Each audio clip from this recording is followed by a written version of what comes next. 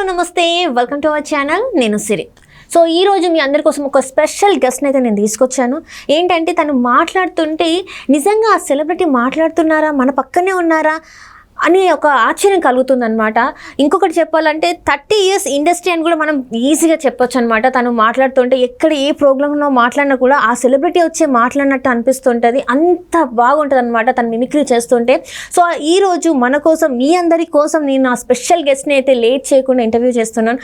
ఇంతకా guest ఎవరని మీరు అనుకుంటున్నారు కదా, తనే శివభవరి గారు. మీరు చాలాసార్లు చూస్తుంటారు, తను ఎక్కడ మాట్లాడినా కూడా అరే ఏంటి ఇంత అసలు నిజంగా ఈ సెలబ్రిటీ మనతో మాట్లాడుతున్నారు అనిపిస్తుంది. సో లేట్ చేయకుండా అయితే ఇంటర్వ్యూ స్టార్ట్ చేసేద్దాం.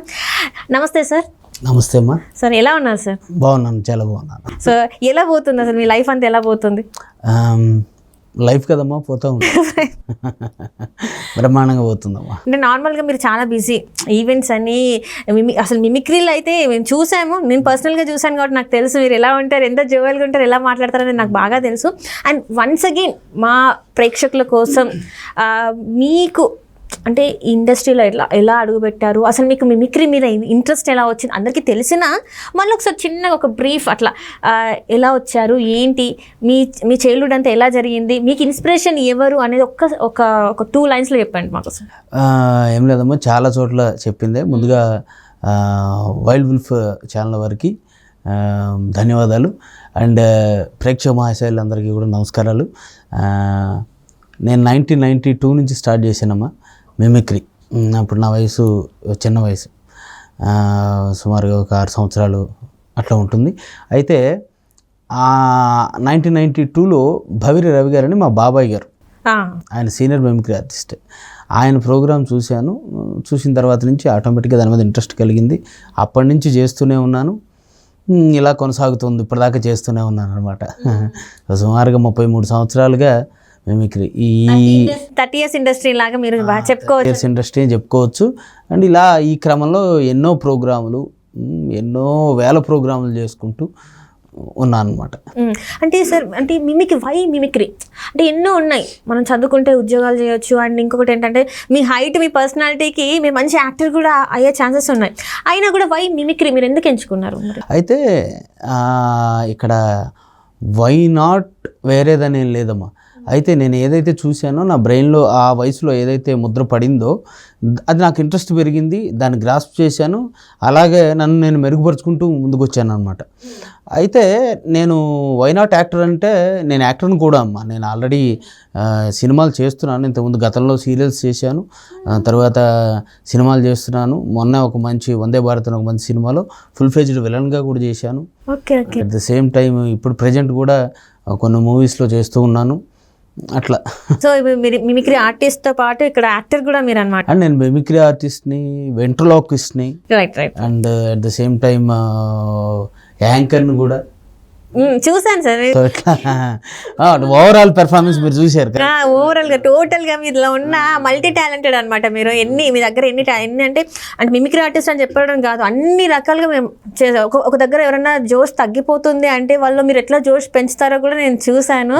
అది నేనే పర్సనల్ అంటే దగ్గర నుండి చూశాను కాబట్టి నాకు తెలుస్తుంది. కాకపోతే ఏంటంటే సార్, ఇప్పుడు చాలా ఏంటంటే మిమిక్రీ ఆర్టిస్ట్ అంటే చాలా వరకు సొసైటీలో ఒక చిన్న చూపు. ఒకప్పుడు మిమిక్రీ ఆర్టిస్ట్ అంటే క్రేజ్ చాలా ఉండేది, కానీ ఇప్పుడు ఆ క్రేజ్ ఉందంటారా? ఇది క్రేజ్ అనేది మనం సంపాదించుకునే దాన్ని బట్టి ఉంటుందమ్మా. నేనేమంటానంటే మనకి ఇప్పుడు కొన్ని సరిగ్గా రావట్లేదు, ఇంకా ప్రాక్టీస్ చేయాల్సిన అవసరం ఉంది అనుకున్నటువంటి వాయిస్ని ప్రజెంట్ చేయకుండా, జనం ముందు ప్రజెంట్ చేయకుండా దానిలో పూర్తిగా సిద్ధహస్తత పొందిన తర్వాత చేస్తే మంచిదని నా అభిప్రాయం. ఎందుకంటే ఇప్పుడు మనం రాంది చేసామనుకోండి, అదే యూట్యూబ్ ఛానల్లోనూ చేసేసాం, బయటకు వెళ్ళింది అనుకోండి, ఇక కింద తిట్ల భారతమే ఉంటుంది ఇక మీరు గమనించినట్లు. అయితే విషయం ఏంటంటే ఇలా ఉండటం వలన, అటువంటి ఇంటర్వ్యూలు చేయటం వలన ఎక్కువగా అంటే ఎవ్వరూ కూడా 100% చేయలేరండి. నేనేమంటున్నానంటే మ్యాక్సిమం రీచ్ అయ్యే వరకు చేసే ప్రయత్నం చేయమని చెప్పని అంటాను అనమాట. అలా చేయకుండా మనం మంచిగా పెర్ఫామ్ చేస్తే అరే ఇతను బాగా చేస్తున్నాడులే అని చెప్పి 1కి 10 చోట్ల చూసో లేకపోతే 10 వీడియోస్ చూసో ఆ క్రేజ్ ఏదైతే వాళ్ళకి కలుగుతుందో అది మనం సంపాదించుకునేది అయి ఉంటుంది. కాబట్టి ఏంటంటే ఆ జాగ్రత్తతో చేయాలని చెప్పి నేను అంటాను అనమాట. అంటే ఇప్పుడు మీ పేరు వినంగానే, శివగారిని వినంగానే ఫస్ట్ బాలకృష్ణ గారి పేరు వస్తుంది. ఫస్ట్ అసలు మీది మీ మిమిక్రీ అంటేనే బాలకృష్ణ గారు. అసలు మీ గురించి చెప్తానంటే ఫస్ట్ బాలకృష్ణ గారి గురించి బాగా మాట్లాడతారు కదా. అసలు ఆయన ఏంటంటే ఆయన మాట్లాడినట్టే ఉంటుంది. ఆయన నిజంగానే ఒకవేళ మీ ఫేస్ చూడకపోతే ఆయన వచ్చి మాట్లాడినట్టే ఉంటుంది అని చెప్పేసి అంటూ ఉంటారు. మీకు అది ప్లస్ పాయింటా మైనస్ పాయింట్? అంటే యాక్చువల్గా అయితే చాలా ప్లస్ చేసిందమ్మా. యాక్చువల్గా నేను ఏదైతే ఇప్పటిదాకా ఏదైనా కీర్తి గడించాను అని అనుకున్నట్లయితే అందులో ఎక్కువ % బాలకృష్ణ గారి వాయిస్ ద్వారానే. రెండో విషయం ఏంటంటే నేను ఎన్ని వాయిస్లు ఎంత బాగా చేసినా కూడా నేను దాదాపు సుమారుగా ఇన్ని సంవత్సరాల్లో I can imitate up to 120 voices. ఇన్ని వాయిస్లు ఇమిటేట్ చేయగలుగుతాను. ఇందులో చాలా వాయిస్లు ఒక 70% వాయిసెస్ దాకా చాలా బ్రహ్మాండంగా ఇమిటేట్ చేయగలుగుతాను. కానీ ఏంటంటే ఆ బాలకృష్ణ గారి వాయిస్ అంత బాగా నప్పేయటం వలన, అంత బాగా అది ఇదైపోవడం వలన నేను ఎన్ని వాయిస్లు ఎంత బాగా చేసినా కూడా చివరికి బాలకృష్ణ గారి వాయిస్ చేస్తే అవన్నీ వెళ్ళిపోతున్నాయి, గాలి కొట్టుకుపోతున్నాయి అనమాట. బాలకృష్ణ గారి గాలిలో కొట్టుకుపోతున్నాయి.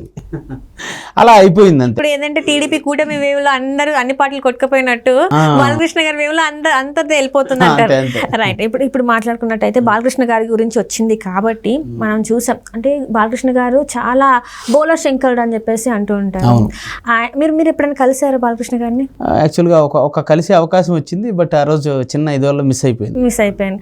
అంటే ఇప్పుడు అంటే అభిమానుల్ని ఫొటోస్ సెల్ఫీస్ తీసుకుంటుంటే కొట్టడమే కావచ్చు. అండ్ రీసెంట్ టైమ్స్లో మనం చూస్తున్నట్టయితే గ్యాంగ్స్ ఆఫ్ గోదావరి ఫంక్షన్లో అంజలి గారిని ఇలా అంటే అది సోషల్ మీడియాలో ఎంత ట్రెండ్ అంటే వైరల్ అయిందో ఆ వీడియో మీరు చూసే ఉంటారు.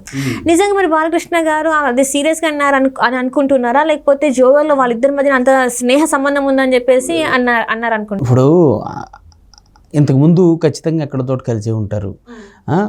ఒక బాలకృష్ణ గారి నాకు తెలిసినంత మటుకు అంటే కొంతమంది యాక్టర్స్తో వాళ్ళతో నాకు పరిచయాలు ఉంటాయి కదా, కొంతమంది సింగర్స్, యాక్టర్స్, వాళ్ళనే ఆయన ఒక్కసారి పరిచయం అయితే చాలు చాలా క్లోజ్గా. అంతేందుకు ఒక ఆయన బాలకృష్ణ డూప్ ఉన్నారు, ఒక ఆయన చంద్రశేఖర్ గారని. ఆయన ఇలా బాలకృష్ణ గారు డూప్ చేసి ఆయనతో మాట్లాడిన వాయిస్ కాల్ విని నేను ఆశ్చర్యపోయా. అరే బాలకృష్ణ గారు, అరే ఇలా అని తెలిస్తేనే ఇంత బాగా మాట్లాడారు, ఇంకా కలిస్తే ఎంత బాగుంటుందో అని. మరి మీరు ఎప్పుడైనా ఫీల్ అయ్యారు, అయ్యా నేను కలవలేదు కదా ఇంత ఈయన గురించి, ఇప్పుడు ఆయన ద్వారా మీకు ఇంత పేరు వచ్చింది కదా, ఒక్కసారి నేను కలిసి ఉంటే బాగుండని మీకు అనిపిస్తుంది? కలుస్తానండి, కలవకుండా ఏముండను, ఖచ్చితంగా కలుస్తాను. ఎందుకంటే ముందు నేను వేస్తున్న అడుగులు కూడా సినిమా ఫీల్డ్ వైపే కాబట్టి ఖచ్చితంగా కలుస్తాను. యాక్చువల్గా ఆ రోజు ఇంతకు ముందు రోజు కలవబోయి మిస్ అయ్యాను. కాబట్టి నేనేమంటానంటే ఇలా ఆయనకున్న పరిచయంతో లేకపోతే ఆయనకున్నటువంటి స్నేహంతో ఏదో సరదాగా, ఇప్పుడు మనం ఏదో ట్రోల్ చేయాలి అనుకుంటే తిన్నా ట్రోల్ చేస్తారండి, మంచినీళ్ళు తాగినా ట్రోల్ చేస్తారు. వాళ్ళు ఇష్టం అది, మంచినీళ్ళు చూసారా ఎట్లా తాగుతున్నాడు అని ట్రోల్ చేస్తారు. రైట్. అయితే ఇప్పుడు ఏదైతే ఇప్పుడు అంజలి గారి ఇష్యూ అయిందో దాన్ని ఒకవేళ బాలకృష్ణ గారు చూసి మాట్లాడితే ఎలా ఉంటుందో అంటే బాలకృష్ణ గారి వాయిస్లో మీరు ఒకసారి చెప్తారా? సరే, ఇప్పుడు పోనీ ఇదే ఉంది, ఈ విషయం గురించి తీసుకుంటే ఆ తర్వాత సీజీలో క్రియేట్ చేసి మందు ఆల్కహాల్ కూడా ఆయన అక్కడ పెట్టారు. సో ఈ రెండింటి గురించి మాట్లాడితే ఆయన ఏ విధంగా మాట్లాడతారు, సిరి గారు మరి ఆ రోజు గ్యాంగ్స్ ఆఫ్ గోదావరి ఫంక్షన్లో నేను సరదాగా నాకు బాగా పరిచయం ఉన్నటువంటి వ్యక్తి అంజలి గారు, ఒక మంచి కళాకారిణి ఆమె, సరదాగా ఆమెతో ఉన్న చదువుతో ఇలా అనడం జరిగింది. ఇప్పుడు నేను కూర్చున్నప్పుడు వాటర్ బాటిల్ ఉంది కింద, దాని వెనకాల నేనేదో మందు అక్కడ పెట్టుకున్నట్టు అది తాగుతున్నట్టు మధ్యలో అది క్రియేట్ చేశారు. ఎందుకంటే మరి రాజకీయంగా చూస్తే మరి మా పార్టీని ఓడించడానికి రకరకాల ఎత్తులు వేశారు కాదంటారా. కాబట్టి ఆ క్రమంలో భాగంగా సీజింగ్ చేసి ఆ యొక్క మందు బాటిల్ని అలా క్రియేట్ చేశారు. అలాగే ఆవిడ ఏదో సరదాగా నా బిహేవియర్ ఏంటో అందరికీ తెలుసు, మరి వారు అలా చేశారు, నేను అవేమీ పట్టించుకోను. మరి అంజలి గారు మీకు ఏమన్నా ఫోన్ చేసి కానీ లేకపోతే తర్వాత ఎందుకు మీరు ఆవిడ ట్వీట్ చేశారు నా గురించి, ఒకవేళ పోనీ తప్పుగా అనుకున్నట్టయితే అలా ట్వీట్ చేయరు కదా ఆవిడ, మరి మీరు గమనించాలి. అక్కడ మరొక విషయం ఏంటంటే నేను అసలు పట్టించుకోనివన్నీ, బ్రో ఐ డోంట్ కేర్.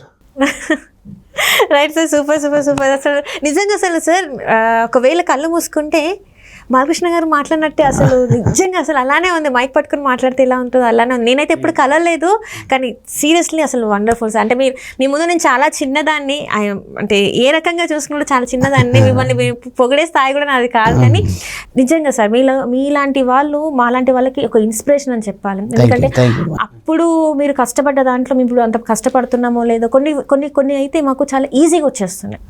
అంటే ఇప్పుడున్న దాంట్లో మాకు ఫోన్లు కావచ్చు, ఏదన్నా మేము చేయాలనుకుంటే మీరు అన్నారు కాబట్టి ఎస్ కరెక్ట్. ఇది మేము మాకంటే సీనియర్స్ ఇంకా కష్టపడ్డారు.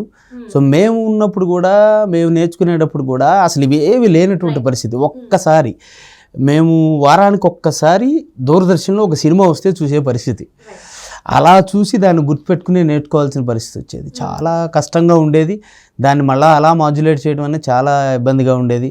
ఒక గూట్లో తలకాయ పెట్టి మేము చేసుకున్నది మేమేమని, లేదంటే స్టెతస్కోప్ పట్టుకుని అట్లా బోర్డు అని ఇబ్బందులు పడినాం. ఈరోజు చూస్తే యూట్యూబ్ తీయంగానే టక్ టక్ వస్తున్నాయి, అన్ని ఈజీగా నేర్చుకోవడం అనేది జరుగుతుంది. అంటే అట్లా ఇది వచ్చింది కాబట్టి, సందర్భం వచ్చింది కానీ సార్, మీ కుటుంబ నేపథ్యం అంటే ఇప్పుడు అందరూ ఏంటంటే బాగా చదువుకోవాలి, ఒక ఆఫీసర్ అవ్వాలి, ఒక గవర్నమెంట్ జాబ్లో సెటిల్ అయిపోవాలి, లేదు అంటే ఒక ప్రైవేట్ జాబ్ అయినా చేసుకోవాలి, లైఫ్ సెక్యూర్గా. మరి మీ కుటుంబ సభ్యులు, మీ అమ్మ నాన్ననే కావచ్చు, మీ వైఫే కావచ్చు, మరి ఎలా ఉన్నారు ఆ టైం నుంచి? మరి అంటే యాక్చువల్గా అంటే మా వైఫ్ అంటే చాలా తర్వాత వచ్చినవాడు కాబట్టి, ముందు నుంచి కూడా నా కుటుంబం ఏదైతే ఆల్రెడీ ఒక కళాకారుడు మా ఇంట్లో ఉన్నాడు కాబట్టి, సో నేను చదువుకోమని చెప్పారు. నేను చదువుకున్నాను. నేను చదువుకోకుండా ఏం లేను. I done my MBA HR చేశాను. నేను ఒక కంపెనీలో ఉద్యోగం చేస్తూ కూడా దానిలో ఉండి దీనికి న్యాయం చేయలేకపోతున్నాను అన్న బాధతో రిజైన్ చేసి వచ్చేసి ఆర్టిస్ట్గా ఫుల్ టైం సెటిల్ అయిపోయాను నేను. అయితే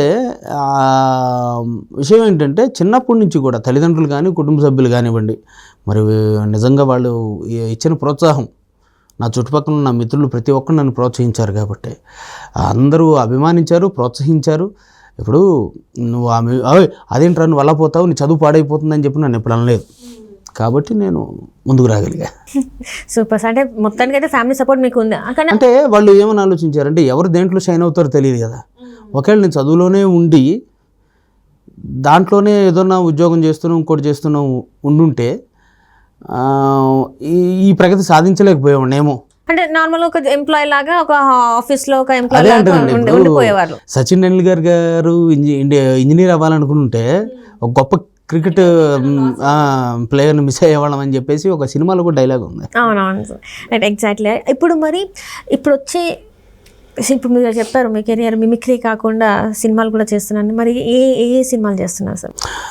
నేను వచ్చేసి ఫస్ట్ ఒక రిస్క్ అని ఒక సినిమాలో ఒక జ్యోతిష్కుడు క్యారెక్టర్ వేసానమ్మా. ఓకే. నా ఫస్ట్ మూవీ ఎంట్రన్స్ అయితే అది ఫస్ట్ మూవీ.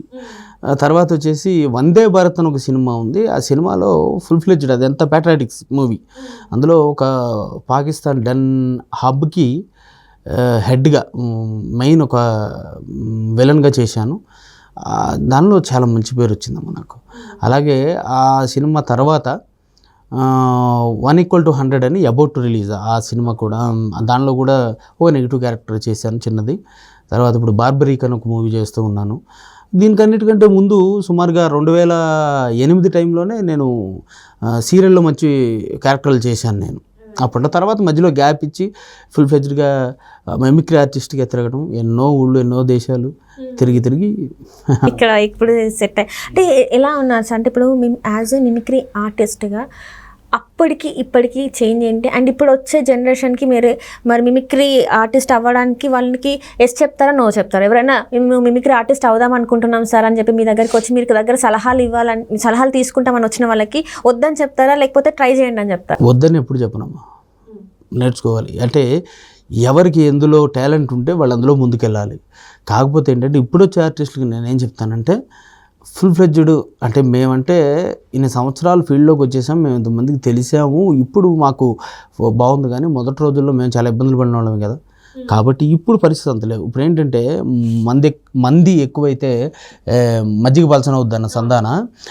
ఎక్కువ మంది ఆర్టిస్టులు కూడా ఉన్నారు. ఇవాళ రేపు ఇవన్నీ వచ్చేసరికి చూస్తున్నారు, టక్ టక్ నేర్చుకుంటున్నారు, అది కూడా పెరిగింది. కాబట్టి ఇవాళ రేపు ఏంటంటే మనకు సైడ్ ఇంకొక ఇన్కమ్ ఏదన్నా ఉండాలి. ఇప్పుడు వచ్చే ఆర్టిస్టులకి నేను ఇచ్చేటువంటి సలహా. రైట్. అంటే ఇప్పుడు రీసెంట్ టైంలో చూస్తుంటే ఇటు తెలంగాణలో కావచ్చు, అటు ఆంధ్రాలో కావచ్చు, ఎలక్షన్ టైం అయితే అయింది. ఎలక్షన్స్లో ఇక్కడైతే కాంగ్రెస్ వచ్చింది, అక్కడ చూస్తే కూటమి వచ్చింది.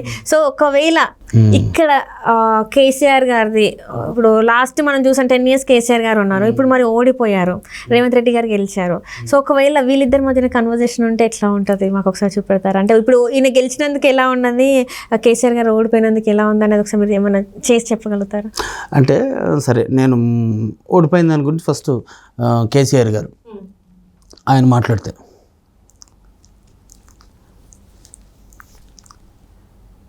ఇదిగో ఏమో సిరి ఏళ్ళొక్కడే ముచ్చట చెప్పదలుచుకున్నా.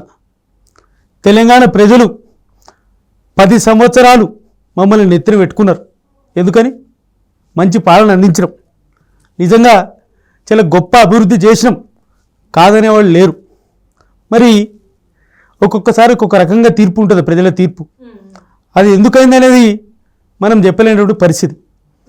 ఈసారి ఒక్కసారి కాంగ్రెస్కి చూద్దాం అనుకున్నారేమో, నెక్స్ట్ టైం మళ్ళీ మాదే ఉండొచ్చు, కాదని ఎవరు చెప్తారమ్మా? ఇవాళ ఓడిపోయినామంటే కాంగ్రెస్ ఏదో గొప్ప పనులు చేసింది, గొప్ప పనులు చేయబోతుంది, అందుకోసం మమ్మల్ని ప్రజలు ఓడించినారని నేను అనుకోవట్లేదు. మళ్ళీ మరి మీ బిడ్డ అరెస్ట్ అయింది కదా, జైల్లో ఉన్నది కదా, మరి ఆ పరిస్థితి ఏందంటారు? ఇక దాని మీద రకరకాల కుట్రలు ఉన్నాయి. ఆ కుట్రల నేపథ్యంలో నా బిడ్డని ఈరోజు ఇబ్బందులు పెడుతున్నారు, అంతే తప్ప వేరేం లేదు. అట్లనే ఇప్పుడు మరి మీరు కూడా తొందరలోనే అరెస్ట్ అవుతారు అంటారు కదా, మరి ఎవరు చెప్పిరేమో? వస్తానే కదా.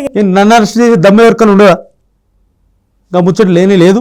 వాళ్ళ మొత్తం మీరు మొత్తం పోయి మీ కాందాన్ని పోయి జైల్లోనే గుసపెడతామని చెప్పేసి కొంతమంది అంటారు. మా కాందాన్ని కాదు కదా, నా డ్రైవర్ని కూడా ఎవరు లోపల పెట్టలేరు. గదే పద్ధతి ఉన్నది, గదే ముచ్చట ఉన్నది. మళ్ళీ మరి మీకు ఇంత విశ్వాసం ఏ నుంచి వచ్చింది అంటారు? మరి ఈసారి ఓడిపోయిండ్రు కదా, మరి మరి కొంచెం కూడా బాధ అనిపిస్తుంది. ఏ తప్పు చేయనోడు దేనికి భయపడాల్సిన అవసరం లేదు. ఇవాళ రేపు మీకు ఆ విషయం అందరికీ తెలుసు.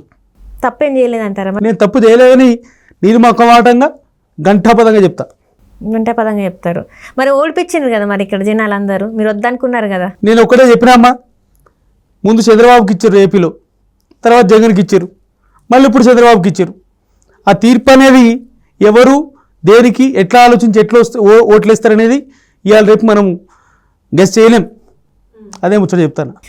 ఇక్కడ ఇంకొక ముచ్చట కూడా ఏంటంటే, జగన్మోహన్ రెడ్డి గారు కేసీఆర్ మస్తు దోస్తులు, ఇద్దరు మస్తు మాట్లాడుకుంటారు అన్నీ అని చెప్పేసి అంటాను. మరి నిజంగానే మీ ఇద్దరి మధ్యన అంత దోస్తాను ఉన్నా అంటారా? నేను ఒక్కడే చెప్పదలుచుకున్నా, రాజకీయాల్లో శాశ్వత శత్రుత్వం లేదు, శాశ్వత మిత్రత్వం లేదు. ఎవరికైనా ఫ్రెండ్స్ కావచ్చు. ఇప్పుడు ఏదో ఆయన నాతో పక్క రాష్ట్ర సీఎం, నాతో మంచిగా ఉన్నంత మాత్రాన ఆయనే నాకు మిత్రుడు, చంద్రబాబు నాయుడు శత్రువుని కాదు. అందరూ మిత్రులనే ఉంటారు, ఒక్కొక్కసారి అందరూ శత్రువులు కావచ్చు, చెప్పలేము మనం. రాజకీయంలో అజాత శత్రువులు అనేది ఉండే అవకాశం తక్కువ అని నేను మనం చేస్తాను. మరి మళ్ళీ వచ్చేసరికి మరి గెలుస్తారని నమ్మకం? ఖచ్చితంగా గెలుస్తాం. ఈ బీఆర్ఎస్ పార్టీని ఎవరు కూడా ఏం చేయలేరు, లెక్క చెప్పాలంటే ఎవరేం బీకలేరు. Right. Thank you so much అండి, చాలా బాగా చెప్పారు. అండ్ ఇప్పుడు కూటమి అక్కడ ఒకవేళ బాలకృష్ణ గారిది ఇప్పుడు వద్దు, ఎందుకంటే మనం ఇందాక చూసాం. కానీ ఒకవేళ పవన్ కళ్యాణ్ గారిది కానీ లేకపోతే చంద్రబాబు నాయుడు గారిది కానీ మాట్లాడితే ఎలా ఉంటుంది అంటారు?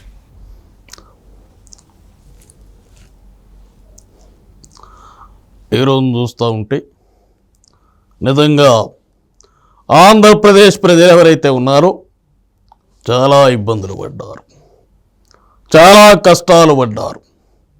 ఒక మంచి పాలన కోసం ఏడ్చిన పరిస్థితులు కనపడతా ఉన్నాయి. ఈరోజు చూస్తూ ఉంటే కూటమికి ఇంత ఘన విజయాన్ని ఎందుకు చేకూర్చారో తెలుసా? ఒక్కడే అనుకున్నారు ఆంధ్రప్రదేశ్ రాష్ట్ర ప్రజలంతా. ఏంటండి అది? సంక్షేమమే కాదు, సంక్షేమానికంటే అభివృద్ధి కూడా ముఖ్యం.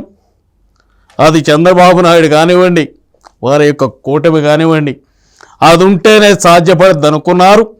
అందుకని ఇంత అద్భుతమైనటువంటి మెజారిటీ ఇచ్చారు. ఆ విధంగా ముందుకు పోయాం. ఎన్నో పథకాలు పెట్టాం, ఎన్నో కార్యక్రమాలు చేశాం. అద్భుతంగా అమరావతిని నిర్మిద్దామని చెప్పి చాలా ప్లాన్ వేశారు. అందా వెనక్కిపోయింది, మొత్తాన్ని వెనక్కి నెట్టేశారు. ఏదైతే ప్రభుత్వం ముందున్న ప్రభుత్వం ఉందో ఆ రకంగా రాష్ట్రాన్ని నాశనం చేసిన పరిస్థితి కనపడతా ఉంది. అవునంటారా కాదంటారా? కాబట్టే ఈ విజయాన్ని మాకు ఇచ్చారు. మేము మాట్లాడుతుంటే వినడానికి ఎంతమంది సిద్ధంగా ఉంటారు, వారందరికీ కూడా మరొక ప్రశ్న వేసేటువంటి సమాధానం ప్రశ్న వేసేటువంటి అవకాశం లేకుండా మాట్లాడతాం. ఎందుకంటే అన్ని గొప్ప పనులు చేసింది మా ప్రభుత్వం. ఈరోజు వెనక్కిపోయేటువంటి ప్రసక్తే లేదు. రాష్ట్రం కోసం ఏదైనా చేస్తాను, నా ప్రాణాన్నైనా పణంగా పెడతాను. ప్రజల శ్రేయస్సే ముఖ్యం, రాష్ట్ర అభివృద్ధి ముఖ్యం. అంటే అప్పుడు చూసినట్టయితే 2019లో మీకేమో ఇవ్వలేదు, అవకాశం ఇవ్వలేదు. అంటే రాష్ట్రం వచ్చినప్పుడు అవకాశం ఇచ్చారు, తర్వాతనేమో ఇవ్వలేదు, మళ్ళీ ఇప్పుడు ఇచ్చారు. మరి ఈసారి రాష్ట్రానికి రాజధాని వస్తుంది అంటారా? మీరే చెప్పండి. ఒకసారి అవకాశం ఇచ్చారు, రెండవసారి ఆయన ఎవరో వచ్చాడు, ఒక్క ఛాన్స్ అన్నాడు. ఒక్క ఛాన్స్ ఇద్దాం కదా అని ఇచ్చారు, పళ్ళు కొట్టుకున్నారు. అవునా కాదా? మళ్ళీ నా దగ్గరికి వచ్చారు. అంటే నేనేదో వాళ్ళకి నేనొక్కడే దిక్క నేను చెప్తలేదమ్మా. ఎక్కడ అభివృద్ధి ఉంది చూశారు, అభివృద్ధితో పాటు సంక్షేమం కూడా ఎక్కడుంది అది కూడా చూశారు. కాబట్టి మళ్ళీ మా దగ్గరికి వచ్చారు. అభివృద్ధి నేను చేస్తానో చేయనో మీకు అందరికీ తెలుసు. ఎందుకంటే ఒక హైదరాబాదుని చూశారు, ఈ రోజున ప్రపంచం గుర్తుపట్టే స్థానానికి వచ్చింది. అవునా కాదా? హైవే కారిడార్ నిర్మిస్తున్నారు హైదరాబాద్ నుంచి ప్రధాని గారు. ఎందుకు? అటువంటి అభివృద్ధి చేశారు. ఏదైతే ఐటీ కారిడార్ రాలేదో వచ్చిందో దానికి ఎన్నో సంవత్సరాల ముందే వస్తే ఎలా ఉంటుందని ఆలోచించి దానికి సంబంధించిన అడుగులు తీసుకుని, అంటే విజన్ అంటున్నాను, విజన్ ఏదైతే ఉందో ఫ్యూచర్కి ఏది కావాలో అది ఇవ్వగలగాలి. ఒక పాలకునికి కావాల్సినటువంటి బ్రెయిన్ అలా ఉండాలి, అలా ఆలోచించాలి. అవునా కాదా? ఏం మాట్లాడతారు ఇంకా? సో ఈ 5 ఏళ్లలో అయితే ఇప్పటివరకు జరగని అభివృద్ధి అయితే మీరు చూపిస్తా అంటున్నారు. అమ్మా, మీరు చూసినట్టయితే రాష్ట్రం ఒక 20 సంవత్సరాలు వెనక్కిపోయింది. 5 ఏళ్లలో చేతనైనంత మటుకు ప్రాణాన్ని పణంగా పెట్టి ఇంకేదైనా చేసి ఇంకా పెట్టుబడులు తీసుకొచ్చి ఇంకా కంపెనీలు తీసుకొచ్చి ఎలాగోలా రాష్ట్రాన్ని అభివృద్ధి చేస్తాను. అందులో ప్రసక్తే లేదు, సవాలు లేదు, వెనక్కి తగ్గే ప్రసక్తి లేదు. మీకు అందరికీ తెలుసు, నారా చంద్రబాబు నాయుడు మాటిస్తే వెనక్కి చూడ్డు. Right. So once again congratulations అండి చంద్రబాబు నాయుడు గారు. ఈసారి మీ కూటమి అయితే అక్కడ ఏపీలో వచ్చింది కాబట్టి ఈ ఖచ్చితంగా అభివృద్ధి అనేది ముందుకు వెళ్ళాలని చెప్పేసి మనస్ఫూర్తిగా కోరుకుంటున్నాను. Thank you very much. Right, super అండి, అసలు చాలా బాగుంది. అండ్ నిజంగానే ఏపీ ప్రజలకి ఇది ఒక సువర్ణ అవకాశం అనుకోవాలి. ఎందుకంటే ఈ 5 సంవత్సరాలు వాళ్ళు ఎలాంటివి చూసాము. సో ఈ ఖచ్చితంగా ఈ 5 సంవత్సరాల్లో వాళ్ళ లైఫ్ చేంజ్ చేయాలని మనస్ఫూర్తిగా కోరుకుంటున్నాను. అండ్ ఇక్కడ ఏంటంటే సార్, మనము అందరు ప్రమాణ స్వీకారం చేసింది చూసాం. పవన్ కళ్యాణ్ గారు చేసింది, చంద్రబాబు నాయుడు గారు చేసింది, లోకేష్ గారు అందరు చేసింది చూసాం. కానీ ఇక్కడ ఏంటంటే అందరూ అనుకున్నారు బాలకృష్ణ గారు చేస్తే బాగుంటుంది అని, కానీ చేయలేదు. కాబట్టి ఇక్కడ అంటే బాలకృష్ణ గారు చేస్తుంటే ఆయన మంత్రి అయిపోతే ఆయన దగ్గర నుంచి ప్రజలు ఎక్కువగా కోరుకునేది ఆయన సినిమాలమ్మ. ఆయన మంత్రి అయిపోతే సినిమాలు చేసే అవకాశం ఉండదు కదా. అవునవును. కాబట్టే ఆయన మంత్రి అవ్వలేదని నేను అనుకుంటున్నా. కాబట్టి అవ్వకపోవటమే ఈ ఒక రకంగా మంచిదని నేను అనుకుంటున్నాను. ఎక్కువ సినిమాలు వస్తాయి కాబట్టి సినిమాలు వస్తాయి. ఆయన యాక్టింగ్ ని చూస్తాం. ఆయన అసలు ఆ ఏజ్ కి సార్ అసలు అంత ఎనర్జెటిక్ గా మనం చూస్తుంటే ప్రచారం చేసే టైంలో కూడా ఆయన ఆ జీబ్లో నుంచి వెళ్ళి ఇంకో దాంట్లోకి ఎట్లా ఆ ఎనర్జీనే అందరిని ఇన్స్పైర్ చేస్తుంది అమ్మా. ఎవరో ఎందుకు నన్ను కూడా ఇన్స్పైర్ చేస్తుంది. ఆ ఎనర్జీని ఇన్స్పిరేషన్గా తీసుకునే నేను ఇంత ఎనర్జెటిక్గా ఉంటాను. మీరు 24 గంటలు అదే ఎనర్జీ ఉంటారు, నేను చూసాను కాబట్టి నాకు తెలుసు. కానీ చాలామంది ఫ్యాన్స్ చిన్న పిల్లలు కూడా జై బాలయ్య అని అంటారు. మీరు అసలు అబ్జర్వ్ చేశారు ఎప్పుడైనా? అసలు ఆయన మాట్లాడే విధానమే మీరు ఇది అన్నారు కాబట్టి నేను చెప్తున్నానమ్మా, సమయం సందర్భం లేదు. ఇది ప్రస్తుతమా అప్రస్తుతమా అనేది లేదు. మనం ఎక్కడున్నాం ఏమంటున్నాం అనేది లేదు. ప్రపంచ దేశాల్లో ఎక్కడికి పోయినా తెలుగు వాళ్ళే కాదు, తెలుగు వాళ్ళతో సహవాసం చేసే వేరే దేశాల వాళ్ళు కూడా సంబంధం లేకుండా ఎక్కడ పడితే అక్కడ వాళ్ళకు ఊపు వచ్చిందంటే ఫస్ట్ వచ్చే మాట జై బాలయ్య. రైట్.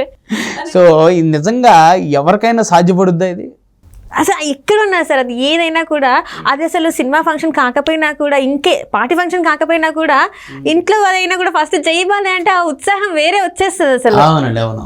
అంటే ఇదంతా అసలు బాలయ్య గారి గురించి ఇప్పుడు మనం మాట్లాడుకుంటున్నాం. ఒకవేళ ప్రమాణ స్వీకారం చేస్తే ఎలా ఉంటుంది? ఆయన ప్రమాణ స్వీకారం చేసి అంటే మీకు ఈజీ అనిపిస్తే చేద్దాం, లేదంటే లేదు. సరే అయితే ఓ పని చేద్దాం, ఏమన్నది మీరు అడిగిన కోరిక నేను ఎందుకు కాదనాలి, ఖచ్చితంగా చేద్దాం. కాకపోతే ఏంటంటే ఇప్పుడు దాకా మాట్లాడాను చూడకుండా అంత, అంటే నాకు మనసు కనిపించింది చేశాను, అంతా చేసుకుంటూ చాను.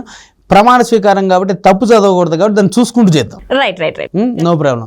సరదాగా బాలకృష్ణ గారు మంత్రిగా ప్రమాణం చేశారు, చూద్దాం ఆయన ఎట్లా చేస్తారు.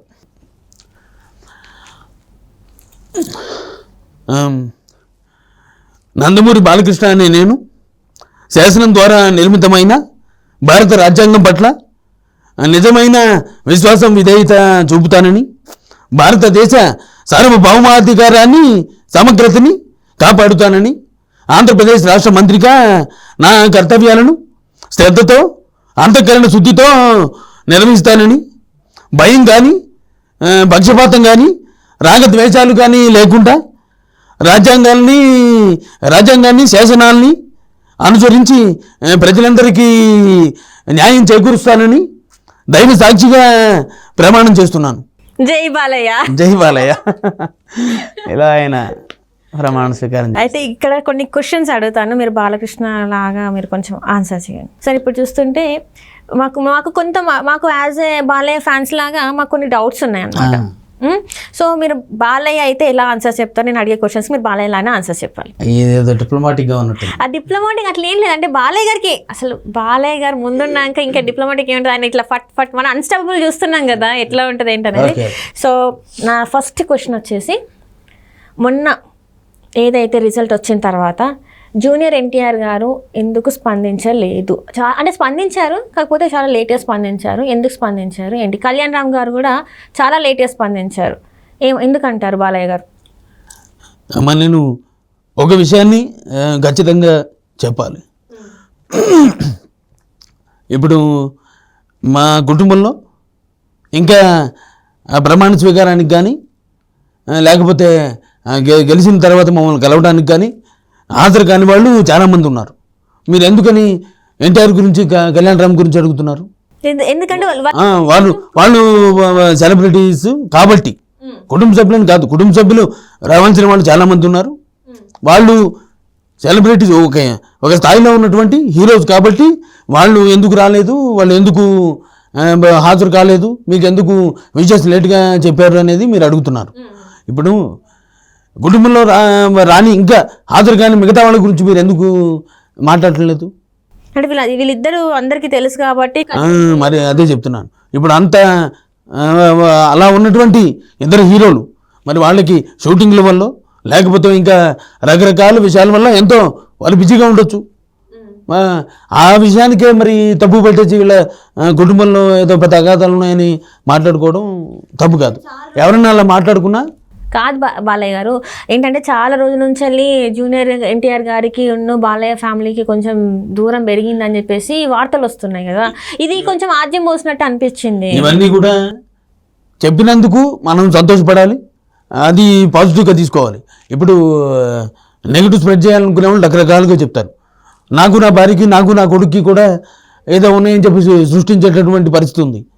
అలా చేసేవాళ్ళు అవన్నీ నేను ఇందాక చెప్పాను. Bro, I don't care. Right. Super sir, super. అది నిజంగా బాలకృష్ణ గారు ఎలా అయితే చెప్తారో అలానే చెప్పేశారు. రైట్. ఇప్పుడు చూసుకుంటే ఇప్పటి వరకు మీరు మేల్ వాయిస్ ఓవర్స్ చాలా చేశారు. ఫీమేల్గా ఏమన్నా చేశారా సార్? ఫీమేల్ వాయిస్ ఓవర్స్ అంటే ఫీమేల్ మిమిక్రీ ఆర్టిస్ట్. ఫీమేల్ ఇదివరకు చేసేవాడినమ్మా, ఇప్పుడు చేస్తున్నాను కానీ కొంచెం ఏదో వైఎస్ షర్మిల గారని, లక్ష్మీపార్వతి గారని. అంటే ఇప్పుడు మీరు ఎవరెవరు? లక్ష్మీపార్వతి గారిది చేశారు, ఇంకెవరిది చేశారు సార్? ఇంతకుముందు చేసేవాడిని.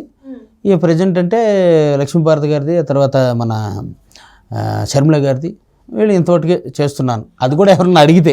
సో మీరు ఇప్పుడు అయితే లక్ష్మీపార్వతి గారిది చేస్తున్నారు. ఆమె కూడా అంటే కొంత జగన్కి సపోర్ట్ చేసినట్టు తను మాట్లాడడం జరిగింది. సో మరి ఎలా అంటారు? ఒకసారి మాట్లాడితే చూద్దాం. నిజంగా ఈరోజు చాలా సంతోషంగా ఉందమ్మా సిరి. నిన్ను చూస్తుంటే మనసు ఉప్పొంగుతూ ఉంది ఈరోజు. ఓడిపోయామన్న బాధ కంటే కూడా బాలయ్య బాబు అఖండమైనటువంటి మెజారిటీతో గెలిచినందుకు చాలా సంతోషంగా ఉందాం.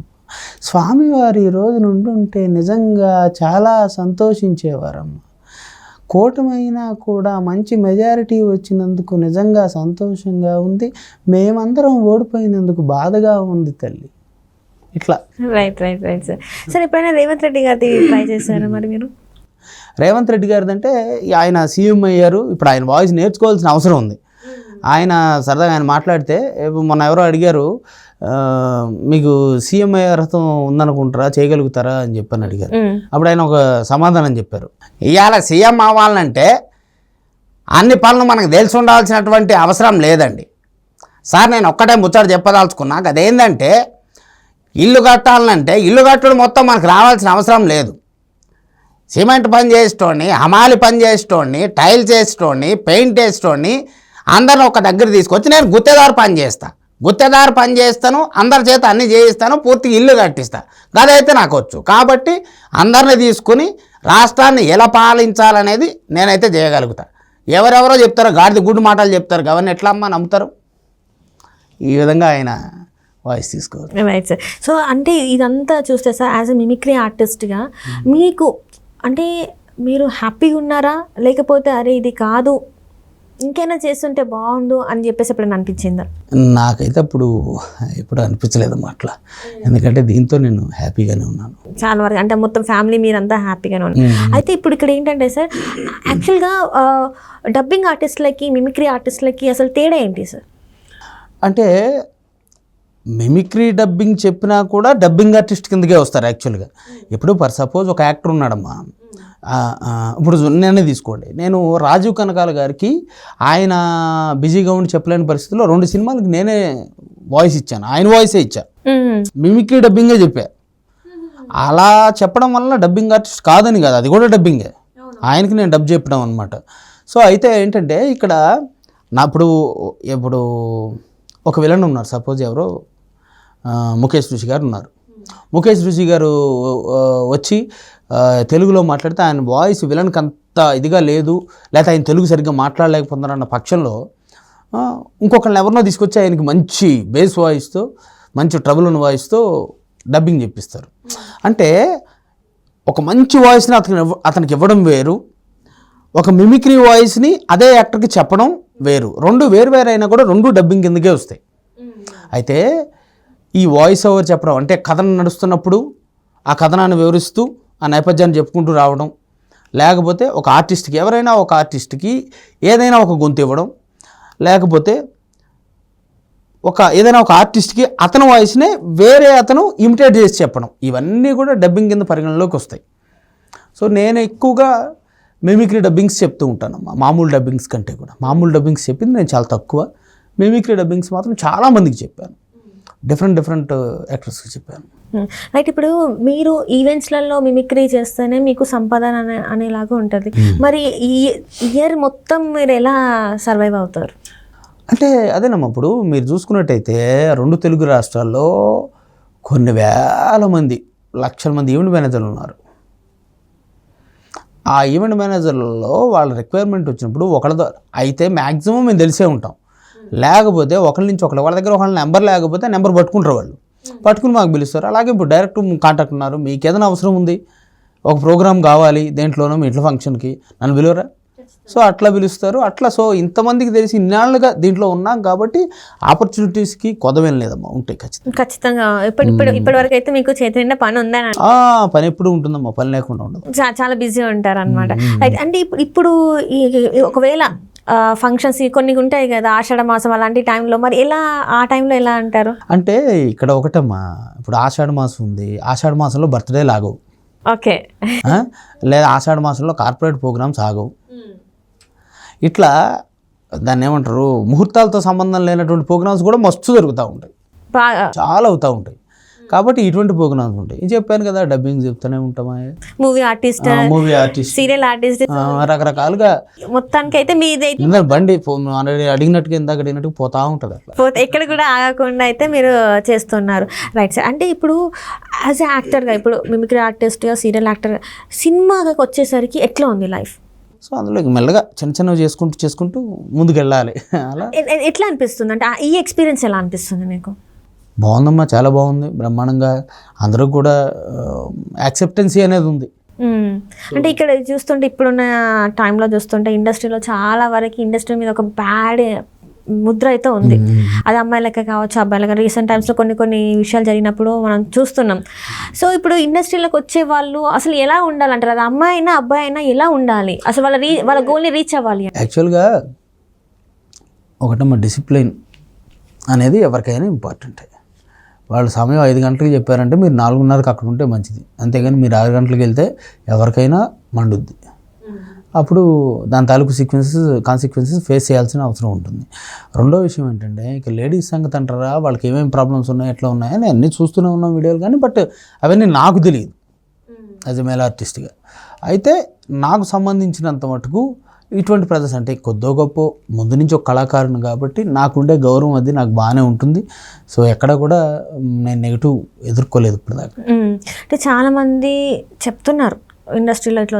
అండ్ రీసెంట్ టైమ్స్లో కొంతమంది సీరియల్ యాక్టర్స్ ఏంటంటే చనిపోతే ఇంకొక తను సూసైడ్ చేసుకొని, చంద్రకాంత్ అనే అతని వల్ల ఆ 2 ఇన్సిడెంట్స్ వల్ల అయితే ఇండస్ట్రీలో ఎంత టాక్ అంటే అసలు. ఇది నేను ఒకటి చెప్తానండి, సూసైడ్ చేసుకోవటం అనేది నిజంగా అదొక ప్రపంచంలో అతి నీతి లేని పని ఏదైనా ఉంటే సూసైడ్ చేసుకోవడం అనేది. నేను ఒకటే చెప్తానమ్మా, ఈ క్షణం ఉన్నట్టు మరో క్షణం ఉండదు, ఈ నిమిషం ఉన్నట్టు మరో నిమిషం ఉండదు, ఈ గంట ఉన్నట్టు మరో గంట ఉండదు, ఈ రోజు ఉన్నట్టు మరో రోజు ఉండదు, ఈ సంవత్సరం ఉన్నట్టు మరో సంవత్సరం ఉండదు. దానికోసం నువ్వు పోయి ఆత్మహత్య చేసుకునేది? నిన్ను ప్రేమించేవాళ్ళు కానీ, నిన్ను నమ్మినవాళ్ళు కానీ, నీ మీద ఆధారపడేవాళ్ళు కానీ, వీళ్ళందరూ ఏం కావాలి అంటే ఒక్క క్షణం వీళ్ళ గురించి ఆలోచించలేవా? అంటే నీకు చచ్చిపోవడానికి వాళ్ళంత ధైర్యం కావాలి. అంత ధైర్యం ఉన్న నువ్వు దీన్ని నీ యొక్క పరిస్థితుల్ని, స్థితిగతుల్ని మెరుగుపరుచుకోవడానికి ఉపయోగించుకోవా? అంత ఫూలిష్నెస్గా ఆలోచిస్తారా? ఇప్పుడు ఒకటే నేను అనేది ఏంటంటే, ఒకప్పుడు మాకే ఉన్నదండి, మీరు అన్నట్టుగా ఆషాఢ మాసం ఏం చేస్తారంటే, మామూలుగా ఉన్నప్పుడు కంటే ఆషాఢ మాసంలో పొగనాలు తగ్గుతాయి. అప్పుడేం చెయ్యాలి, అప్పుడు వచ్చిన దాన్ని ఎలా సర్దుకోవాలి, ముందున్న దాన్ని ఎలా పెట్టుకోవాలి అనేది ఆలోచించాలి. అంతేగాని అప్పుడున్నట్టే ఇప్పుడు కూడా ఉండాలి అంటే ఎలా ఉంటుందండి? అరే నువ్వు చిన్నప్పుడు పుట్టినప్పుడు ఇంత ఉన్నావు, ఇప్పుడు ఇంత అయినావు, నువ్వే లేవే. పరిస్థితులు ఎప్పుడు ఎలాగ ఉంటాయి? దానికోసం చచ్చిపోతారా? సో అది అంటే ఏది వచ్చినా కూడా ధైర్యంగా ఎదుర్కోవాలని చెప్పేసి మీరు అంటారు. కానీ ఇప్పుడున్న టైమ్స్లో యూతే కావచ్చు, కొంతమంది ఉన్నారు. మరి ఎలా ఉండాలంటారు? ఏమన్నా మీరు సజెషన్ చేయగలుగుతారా? అంటే ఇక జనరలైజ్ చేసి చెప్తే ఎవడి పని ఆడు చూసుకోవాలి, అంతే. ఎవడి బాధ్యత నిర్వర్తించాలి, అంతకంటే ఏం లేదు. కాకపోతే ఆలోచించాలంటే చాలా వరకు చూస్తే సార్, ఇప్పుడైతే ఇండస్ట్రీలో అమ్మాయికి లోపలికి వెళ్ళాలన్నా ఇబ్బందులు అని చెప్పేసి కొంతమంది చెప్తున్నారు, అబ్బాయిలకి వెళ్ళాలన్నా కొంతమంది చెప్తున్నారు. అబ్బాయిలు పడే కష్టాలు అబ్బాయిలు పడుతున్నారు, అమ్మాయిలు పడే కష్టాలు అమ్మాయి పడుతున్నారు. అసలు ఇండస్ట్రీలో ఒక ఛాన్స్ రావాలంటే అసలు ఏం చేయాలి? నిజంగా ఏం చేయాలి? ఎవరికి అర్థం కాని పరిస్థితిలో ఉంది. కష్టపడాలమ్మా, అంతే.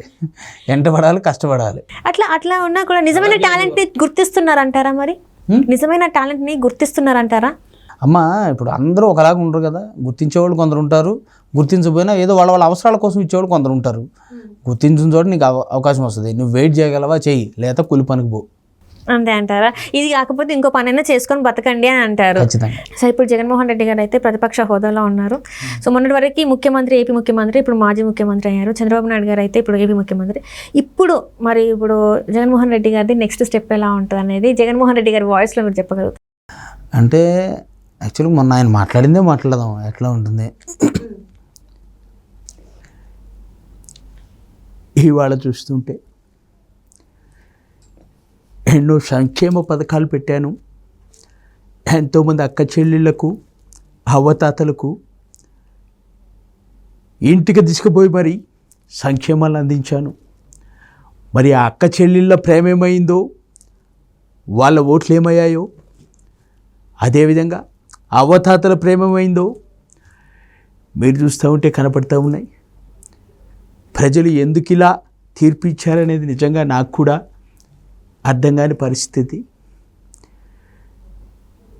మరోసారి వచ్చే ఎన్నికలకు మా యొక్క ప్రయత్నం మేము చేసుకుంటూ పోవాలి, కానీ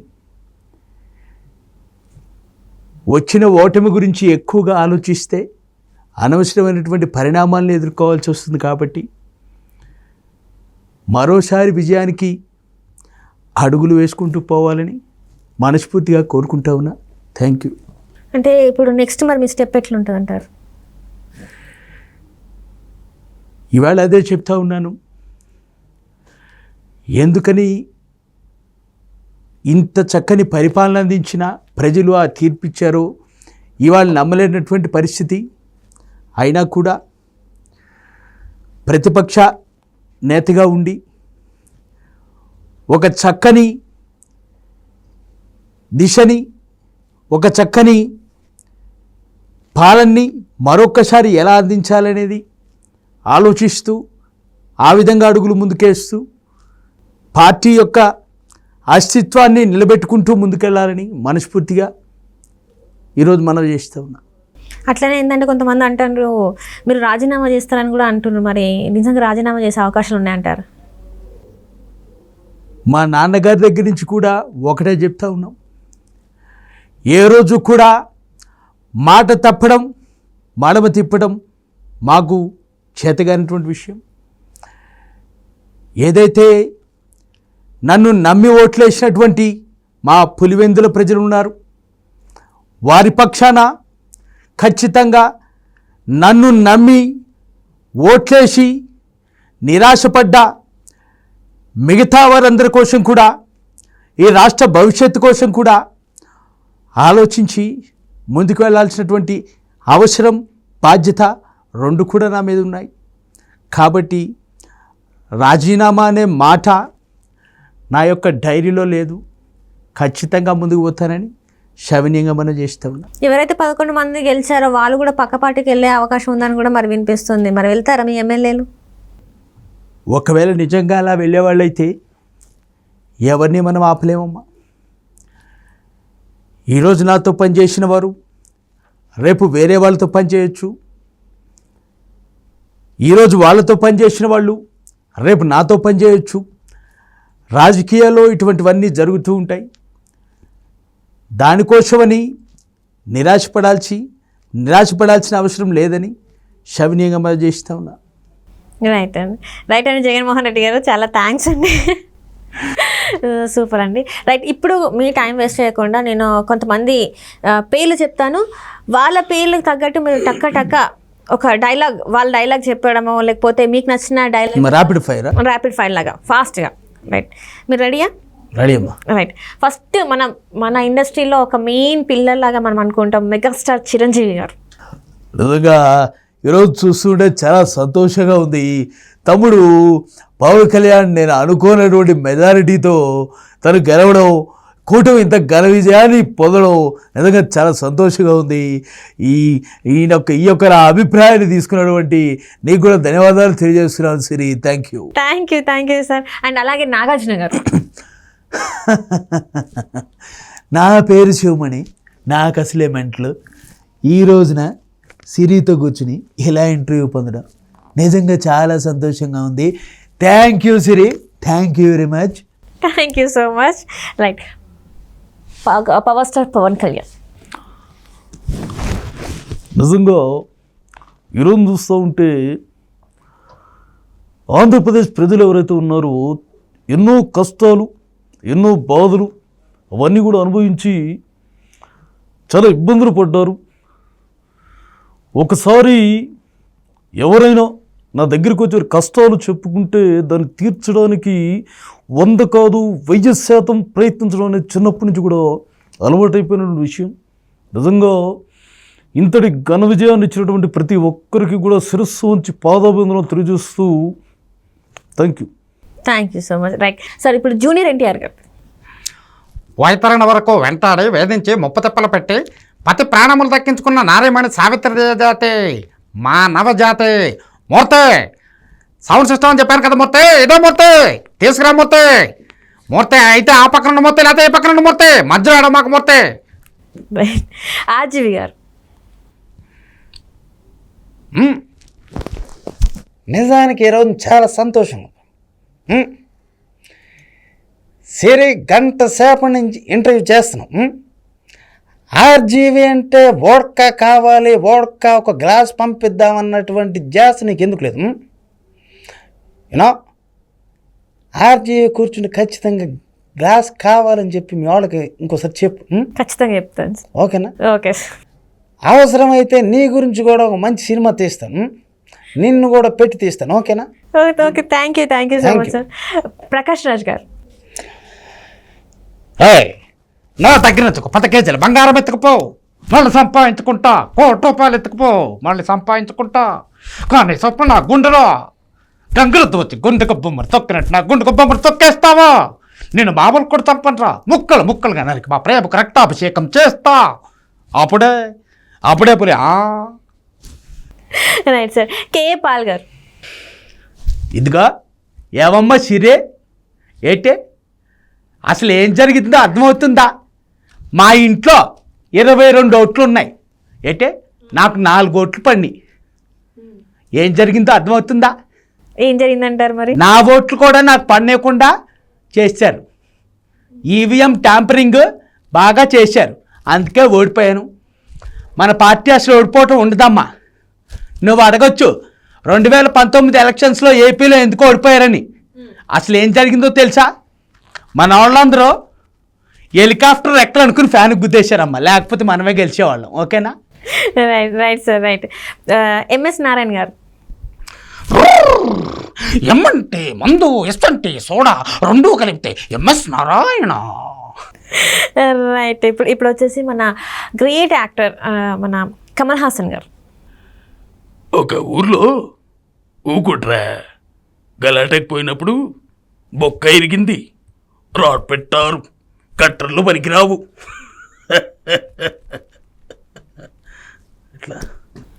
రైట్. పోసాని గారు.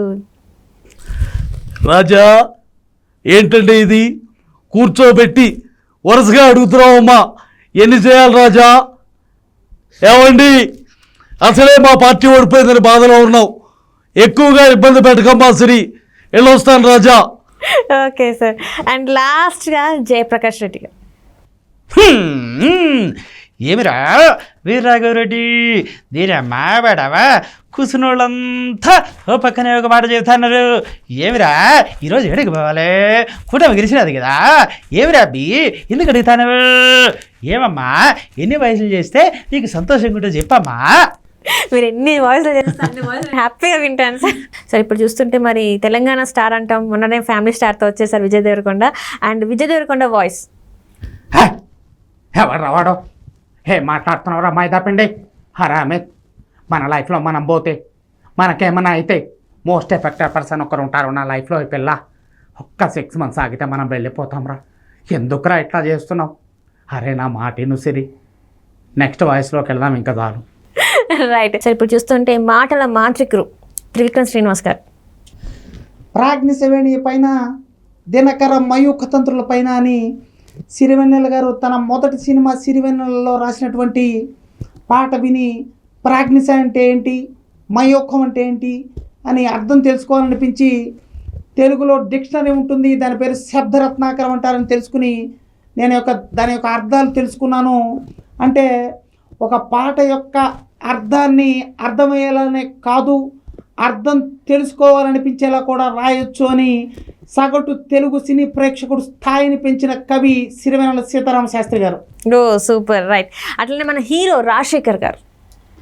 అదే జీవిత ఇలా కూర్చుని వాయిస్లు చేసా ఉంటే నిజంగా చాలా కష్టంగా ఉంది. జీవిత ఇంటర్వ్యూకి పోతానంటే అది ఇప్పుడు వద్దు అని చెప్పినది, అయినా కూడా మొదటిసారి జీవిత ఎందుకు జీవితాన్ని మాట పట్టించుకోకుండా వచ్చానంటే సిరి ఇంటర్వ్యూ చేస్తూ ఉంది, ఆమెను ఇబ్బంది పెట్టకూడదని వచ్చాను. Thank you very much.